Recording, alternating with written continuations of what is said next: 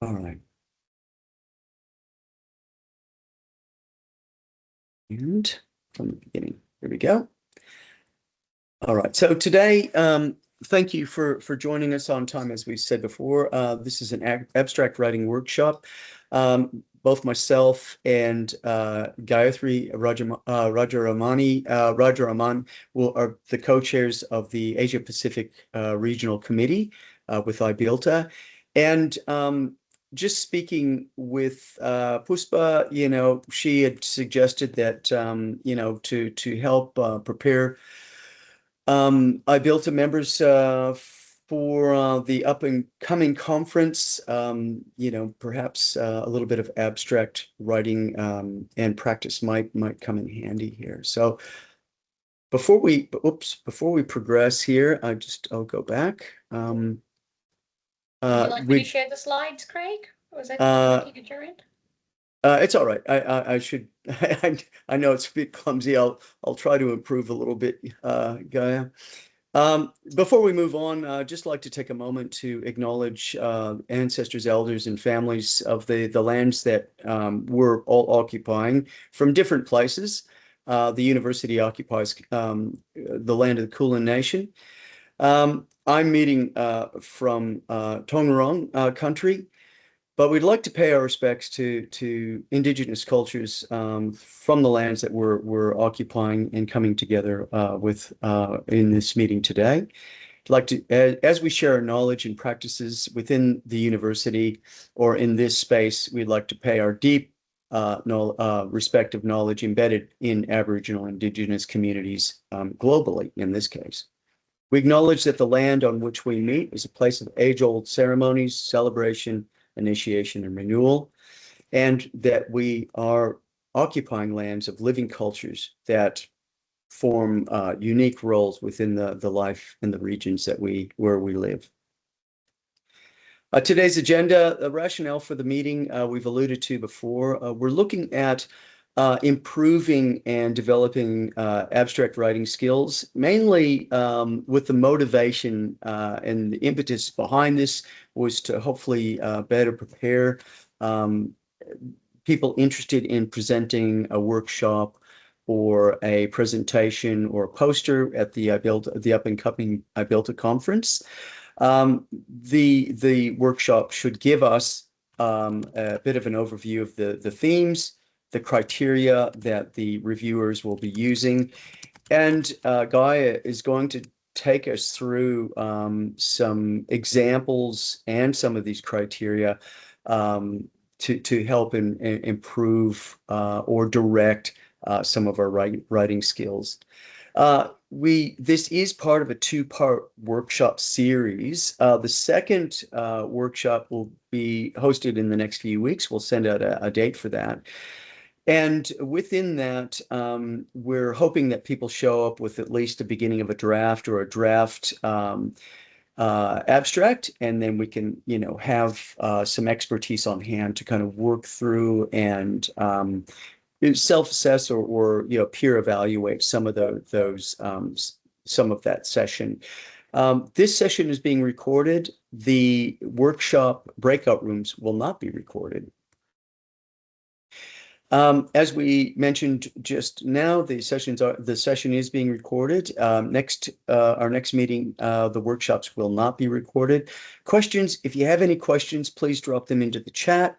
And the summary of the workshop will be posted to the IBILTA community. That will come in the form of this presentation and also a PDF that will form some hopefully helpful working notes for you. Just as a bit of a refresher, IBILTA, if you're not familiar, if we need to review, it's an international organization that's really focused on international block and intensive teaching and learning models. The groups come together to advance scholarship and practice in block and intensive modes and pedagogies and educational research. The organizations also aimed at sharing and disseminating block intensive mode education knowledge and practice, and to help build networks I am. Can you That's why see I the? asked. Sorry, Yeah. Craig. I'm not sure if everybody else can. I can't see. Yeah, nobody can see the Oh, slides. oh, You have to my click my into. apologies. That's all I right. must. I thank you for pulling me up. I thought I had been sharing that. Hold on. I thought you were giving a nice intro lead up to the slides, Yeah, but I'm pretty sure we yeah. had those Just points. charging. Just charging Yep. through the slides, Yep. and so my apologies, gang. Let me see if I can bring up the correct window and catch us all up on the right place here.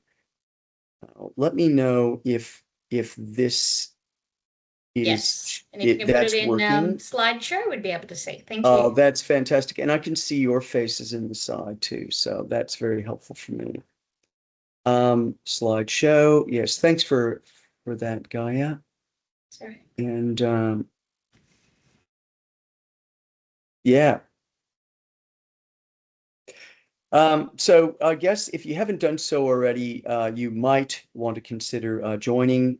And I'm from memory and just looking around the room, it looks like most members are IBILTA members. However, just to be clear, the membership does, provide access to an annual conference, a members discount on annual research, an opportunity to pursue an award, and also an opportunity to publish in a journal. And I might add, with publishing in that journal, the feedback that actually comes from our senior reviewers has been very helpful. So as somebody who has submitted a couple articles in that space, I've gotten a lot of value out of the feedback that I've received from some of our more experienced writers and members of the organization.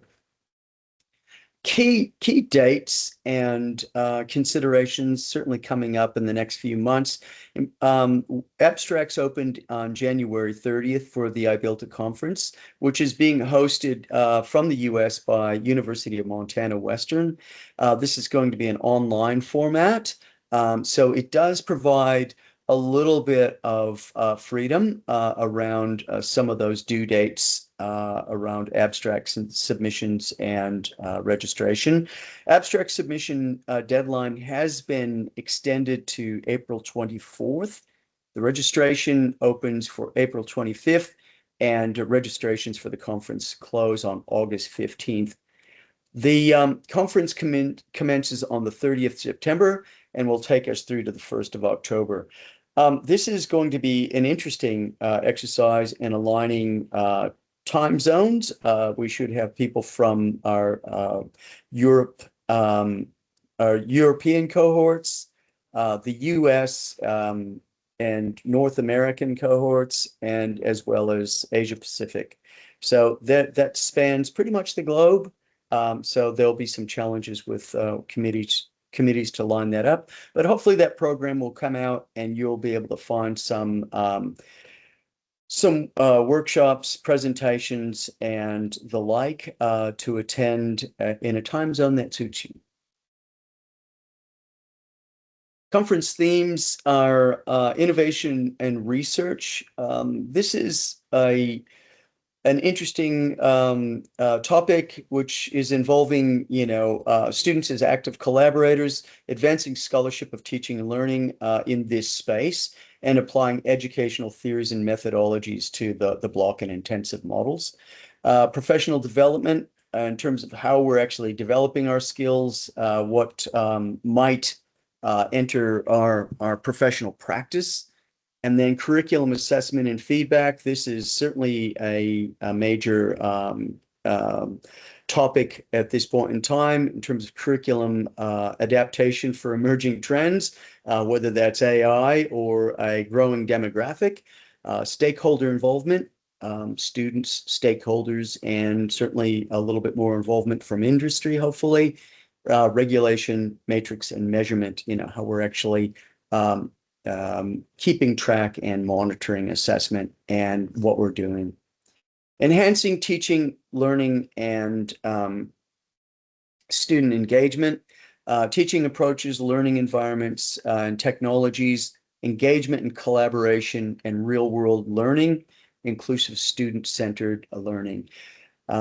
These topics, I'm sure if whatever you're doing in this space, there'll most likely be some relevance that will fall under one of these 4 conference themes.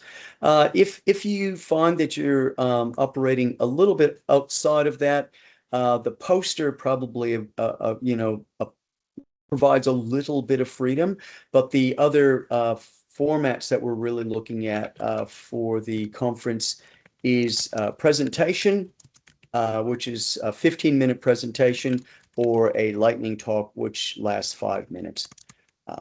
And we also have an opportunity to present a workshop, which would be a 45-minute workshop, and a poster that I'm not exactly sure how that's going to be formatted or how that's going to be programmed within the conference, but we'll be guided by that. All of these need to be are evidence-based, and we're hoping that the abstracts that are written in support of what you're requesting can actually, convey some of that.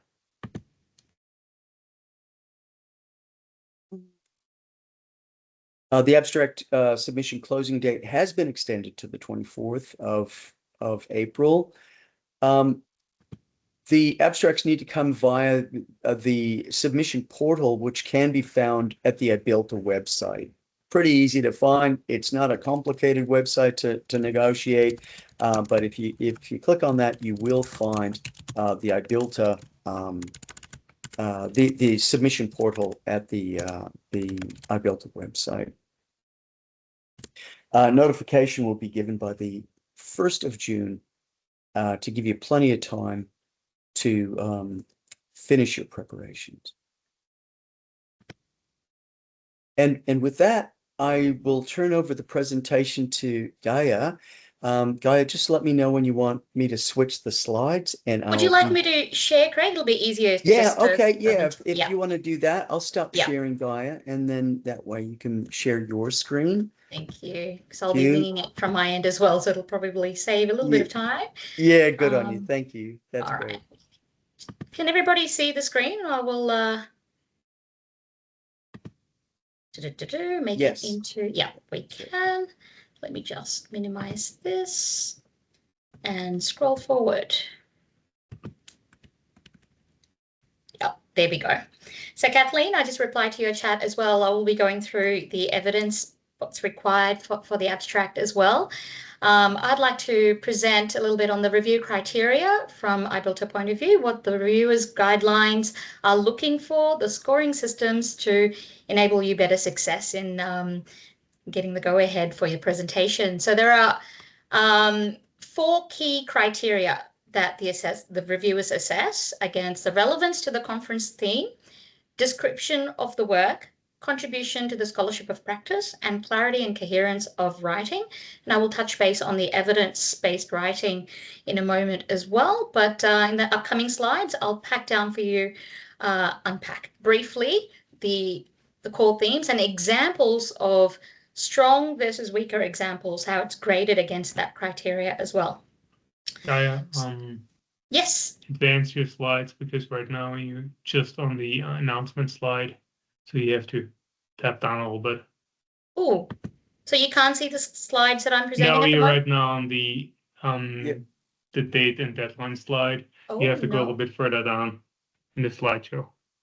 Unfortunately, I'm seeing the criteria 1, so let me try sharing that again. Yeah, Gaia, I discovered that I couldn't click on the PowerPoint from the bottom of my screen. I actually had to go through the screens in the share section. Okay, let's have a look. How about now? You're still seeing the dates section, review criteria? No, we're not sharing just yet. Oh, okay.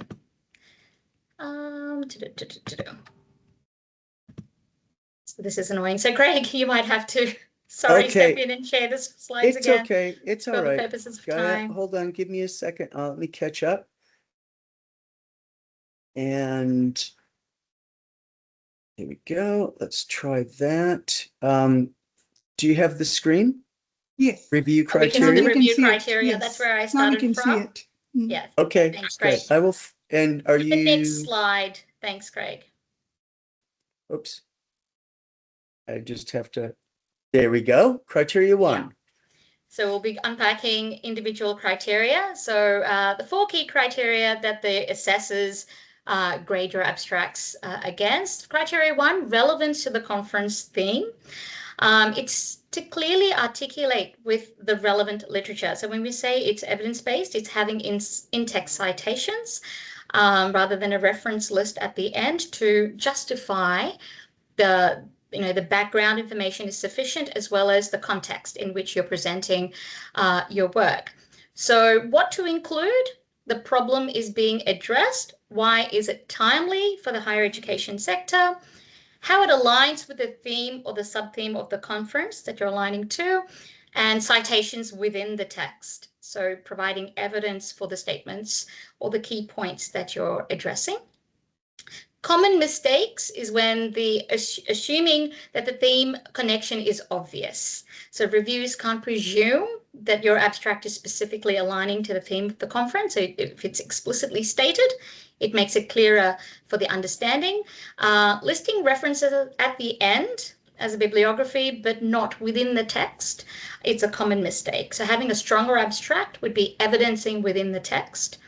A generic background for any conference. So I've done that as well. It's a mistake of mine where we have an abstract prepared as a general template that it can be altered for any conference, but specifically aligning that abstract text in line with that conference and theme is preferred. It's favored by the reviewers as well. That evidence point we were touching base on, yes, having in-text citations, but having stats or an alignment to the policy context relevant to your study or the proposed study would be advantageous. So that's the common pitfalls. Here is an example. Next slide, please, Craig. Yep. I'm trying to change it from my end. There we go. There we go. So here's an example of how the scoring is done for relevance to the conference theme for the criteria 1. It's scored against a score of 1 to 3, 1 and 2 being the weaker scores, 3 being a high score. So how can you land with a high score? Here's an example of a weak example against criteria 1 versus a strong example. So being generic and vague in the statements without in-text citations versus having a strong examples, for example, with a focus. Paper presents research findings on how peer mentoring programs influence first-year student retention with a specific reference, demonstrating practical strategies for embedding peer support within the curriculum design, rather than stating just the research outcomes. So you being a bit more specific in articulating that section. All this would be provided in the guide, as Craig said, so I'm not going to read through every single point, but it's more of an idea how to structure your writing when you're drafting your abstracts as well. Next slide, please, Craig. Criteria 2 is a description of the work. So having a logical description with substantial details of the planning, the methods, the design of the data collection and analysis is preferred. So including the context, the course, institution, and learners of the study, naming the methodology specifically rather than saying surveys is a general blanket call. The sample size, how many students or how many participants that's being involved in the study, how the data was specifically analyzed, and what stage of the project you're at the moment. So when you're presenting for the abstract, has a data collection been completed? Has analysis been completed? Or is it preliminary data that warrants further study? So including that adds value to that criteria, getting a score, the higher scores. Just saying surveys and interviews were used or no mention of sample size, vague description, and just subjective, like positive experiences without having data to justify or evidence your statements. So clearly articulating what you planned versus what you found. It's a common mistake. So if that can be included, here is an example. Next slide, Craig.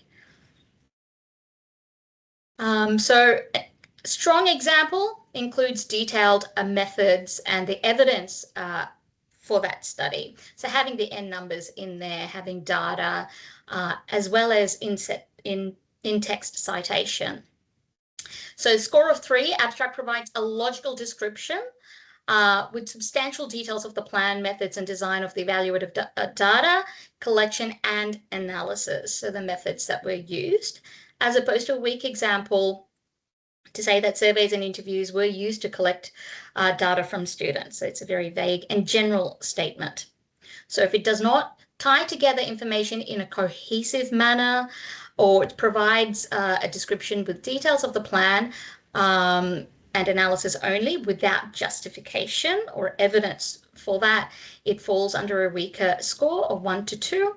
But having a strong score requires a little bit more detail into the study, and having the confidence intervals, stats analysis, if you have preliminary data to show, that's where it's going to be more impactful in justifying the description of the work, the importance of the impact of the work. Next slide, please, Craig.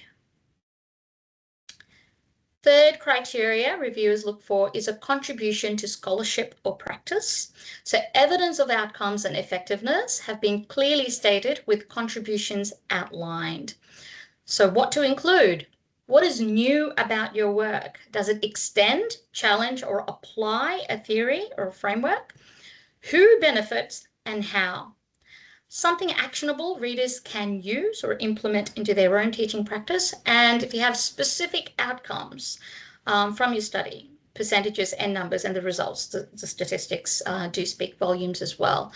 Common mistakes to avoid: having too vague or passive statements, confusing findings with contribution to the body of work, stating that the study is important without justifying or providing evidence as to why it's important. So if there's no concrete evidence provided, it falls into a low scoring criteria. Next slide, please.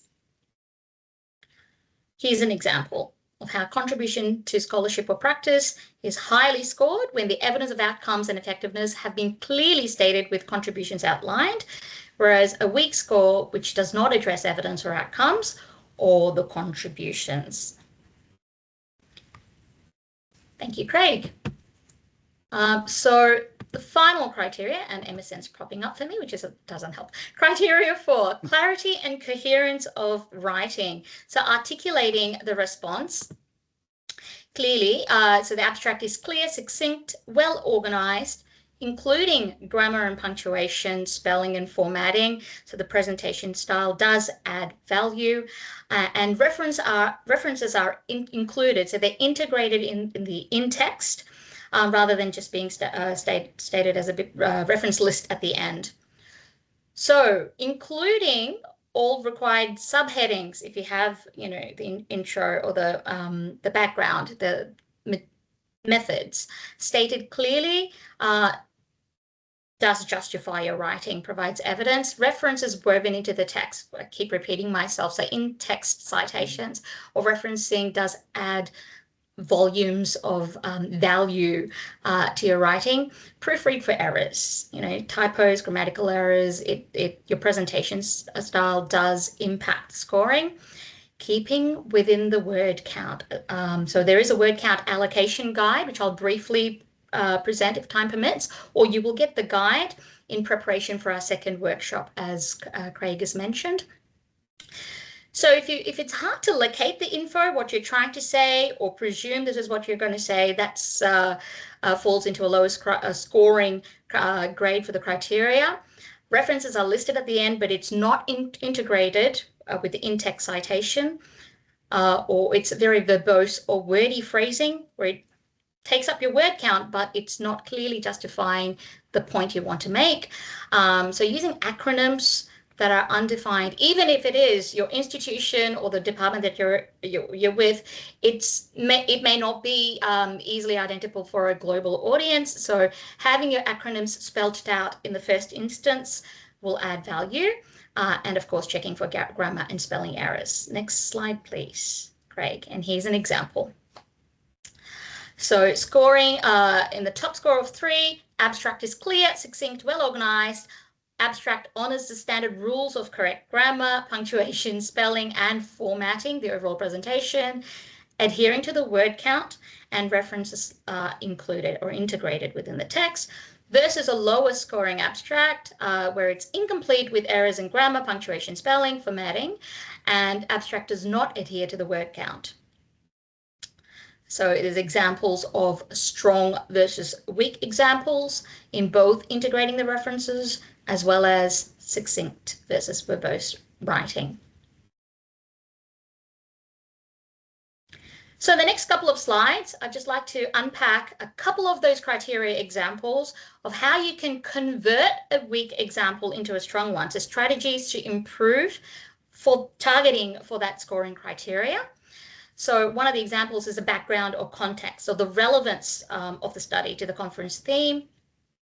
So it's an original or weak writing would say many students struggle in their first year of university. Peer mentoring is one way to help students. This is an important issue that universities need to address. Students who have mentors often do better than those who don't. They may be perfectly valid claims, and we all would have felt it, but as from a reviewer's point of view, if that's not justified or evidence in the in-text and articulated for impact, then it falls under a lower scoring criteria. So how do we improve that? A revision strategy would be to ask yourself, what specific data establishes the problem? What policy context makes this timely? What does the literature say? And how does this connect to the conference theme? By addressing those aspects, you can, and integrating, 2 to 3 references or citations within the text and linking to the specific conference theme, it can be converted into a high scoring criteria. For example, same statement, if it's revised to read, student retention in the first year remains a persistent challenge in Australian higher education, with national attrition rates around 15%, and you have a reference. The Australian Universities Accord identifies student support as critical to achieving participation targets. Research demonstrates that peer mentoring enhances belonging and academic confidence, again, cited, yet implementation varies significantly across institution. This revised word count is 41, the original one was 41 versus a revised is 58 words. So just adding 17 more words increases the substantive, the impact of your writing quite dramatically. Next slide, please. Another example is transforming verbose into succinct writing with clear impact clarity. So we have an original weak example and a strong example, but what we've done to convert that weak writing into a clearly aligned, high-ranking writing is to cut unnecessary words, remove words like when we looked at, or that we conducted, or there appeared to be, or seeming to. So those words are replacing the vague differences and higher scores with specific statistics, so evidence, and justify with your data, and use active voice. So every word must earn its place in that 300-word abstract. So it's a tight word count. However, we've culled words to make it more impactful. So a revised strong statement would include survey results indicated mentored student reported significantly higher belonging scores, and you have that score stated, compared to the non-mentored peers with a confidence interval. So if you can show that the p-values or the significance is, there, if it's within your results, you have that available, it adds a lot of impact to that writing and justifies your abstract. Next slide, please. So the next couple of slides, I only had, if time permitted, we might have a couple of minutes just to quickly run through. I won't read through every point, but you are going to get this as a PDF as well. Craig will share with you a quick revision checklist while you're writing your abstract, how you can focus, have the background and context, the checklist towards that, the methods, evidence, contribution and the overall clarity of the abstract, how you can structure the abstract within that word limit. And the next slide, Craig, is allocating those words in line with that criteria. So here is a guide to word count allocation aligned with the rubric priority. So when you're drafting your abstract, it'll be good to have these checklists and the word count allocation to see if you can align it accordingly. And this is a segue into handing it over back to Craig for what we can expect to do at our next proposed workshops. If you bring along your draft abstracts, how we can work towards that. Craig. Yep. Thank you, Gaia. That's great. And we managed to get that timing down in the end. So thanks so much for that. Session 2, as Gaia has already alluded to, bring your draft abstracts. This is a safe learning space. There's a lot of support on offer, and we're going to try to work in fairly small groups where we can share some of those ideas in breakout rooms with mentors and peers. We will get a confirmed date out to you as soon as possible. We should be able to get that to you in the next few days. We, as Gaia's already mentioned, and we've mentioned early on, we will be able to send out this presentation and the supporting notes to go with that. And there's quite a bit of detail in those supporting notes. I mean, Gaia's taken us through the outline of that.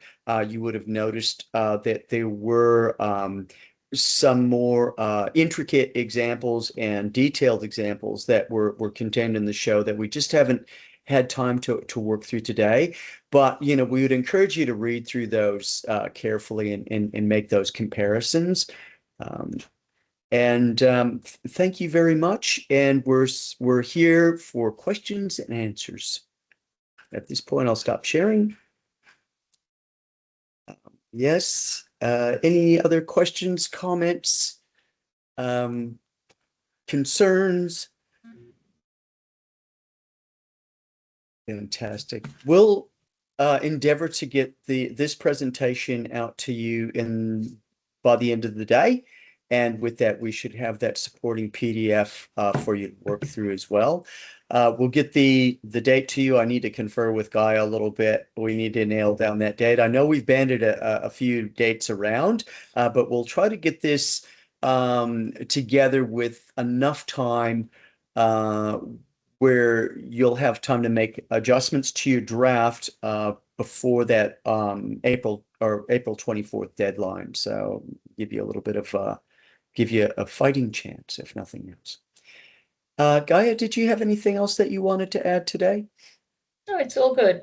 It's excellent. Fine from my end. But just want to say in the second workshop, we would have mentors there as well. So people who are experienced with writing abstracts, which is bring along, we can pretty much, it's a writing workshop to finesse your abstracts. If you bring along a draft, that'll be highly valuable.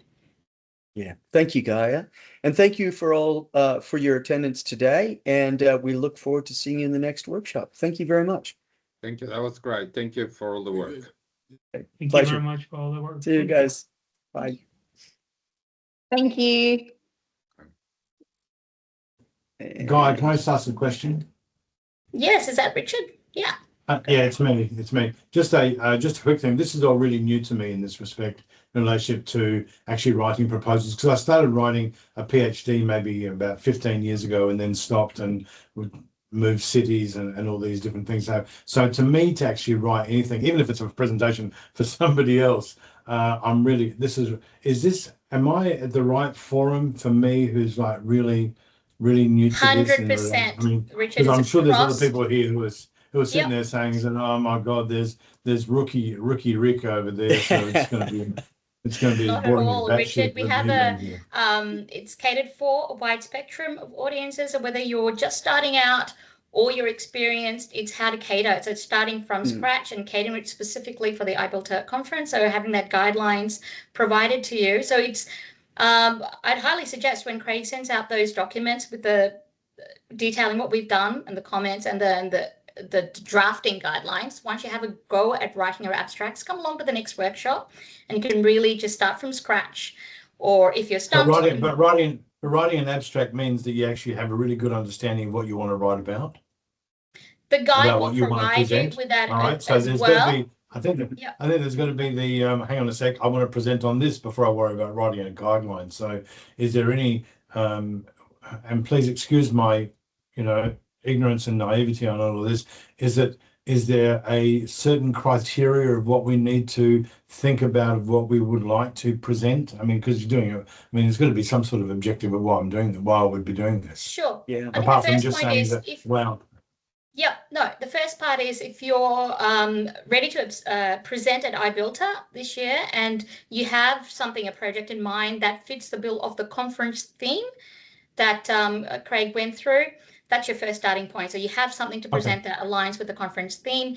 Then comes the writing part. So having a look at the abstract writing guide with the notes presented today, how it's divvied up, how to write the introduction, the background, the methods and justifying. So fulfilling those points. So if you have data or if you have a project that fits with that conference theme, that's a great start. You're in the right place for that. And Well, even if considering you that it's going to be, considering that you've got everything's in about a month's time, I'm probably about 12 months premature about presenting anything or going into that at this stage. But I really want to be able to learn and get as much as I can done. I guess you Richard, can use it as a springboard as well. Like, if you're presenting at future conferences, what do you need to have aligned now that you can that's right. hit the target next time? So I think it's useful regardless. This is why I'm here. This is why I'm here. Look, I think it's worth showing up, Richard, even if you had some dot points or if you had, if something's piquing your interest of what you're doing that falls within one of those 4 outlines. And that's a pretty big, broad brush sweep. You're probably doing something in that space. And even if it were coming with some dot points, and if you've done some reading to support that, you might start building an abstract, and that's fine too. I mean, there'll be people who are refining abstracts. There's people that are building abstracts. They're all going to be using the same criteria. We'd encourage you to come along, and if for no other reason, even if it's just watching somebody develop an idea as well, then that's totally fine. Yeah. Okay. Even at that workshop, even if you don't have a draft or aligned for this conference submission yet, you can see what others are doing, how they're drafting their abstracts. The process is still quite invaluable, I think, if you're interested, in presenting at conferences in future, for sure. Richard, the other thing is also, like Craig said, it can be also just an idea, and that would be an empirical piece. Just an idea that's supported by theory. That's also acceptable, because sometimes some of the ideas don't allow you to collect data because you would need so much data that VU cannot support that. You wouldn't be able to fund it. You wouldn't have enough, people. So if we can help you with that as well. If it's just an idea, basically, refine the theory, we frame it, we make sure that the good thing is for those conferences as well that you can get feedback in your current work. Sure. You know what I mean? I know. It's because I know. Look, being as much as I've been with VU for a long time, and I've only been sort of permanent for the last 12 months or so, you got this. I don't want to look like a dummy facade. No, but just just come along and let us know, and we'll help you and stuff like that, and make it work. Yep. Does that sound good? One other thing is, you never know who you might run into, and they say, I'm working on this. Like, you might think I want to do that too, so you might be able to find a project you can get be a part of. So that's another thing. It's a great networking opportunity to bounce ideas off. Exactly. I've got a fantastic couple of ideas of which I'm working on at the moment in relationship to. I'm trying to do my own research at the moment for a couple of presentations that I'd like to do, whether it be within VU or outside of VU. But I just need to sort of get my proverbial together to be able to find out the actual process, and this talks to me about the process as well. So yeah.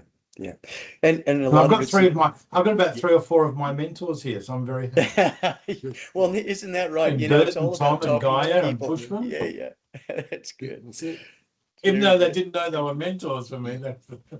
Well, happy to be, Elon. We're all Thank willing to you. help, so, just, run anything Absolutely. you have by us and we'll give you the best advice we can. No problems. Thank you so much. I really appreciate it. Excellent. All right, guys. Thank you very much. I really appreciate all the information. Look forward to actually reading it in detail once you send it. Excellent. Look forward to It's seeing great, you, it's Richard. great to Take see care, you mate. all. Thank you for Bye. all the work. Okay. Thank you. Barrett. Thank you. See ya. See you guys Friday, if not beforehand. See ya. Sounds good. Yay, thanks for coming today, Tom. Oh, no worries. And Christian, thanks for postponing dinner to be with us. That's great. No, that's a Yeah, great no, it's- workshop. Thank you. Oh, thank you. That's great. I think it was coached at a very good level. So, there's people like Richard who might not be comfortable even starting and, Mm. he's, able to ask questions and things like that. So it's a good learning experience for some of the, people that are new, even though if they're not junior staff, they just haven't been doing this, for a while. And, it's good for them to just, give it a shot. Yeah, certainly agree. No, thank you for that. And we'll probably call upon some of the expertise that's sitting in the room to help facilitate these breakout rooms in this next session. So we'll try to give you a bit of warning. And look, no pressure. We know that you're really busy and that you're juggling a few things. But if you can come to offer some insights and guidance, then we really welcome your expertise. So we'll tug on your coat sleeves soon. And thank you for attending today. Yeah, that's great. Thanks, Thank Mike. you very much. No, it's No Looking forward worries. to the next workshop. Thank you. Sounds good. Good job. Take care. I will stop recording. And there we go. Hey, Gaia, do you know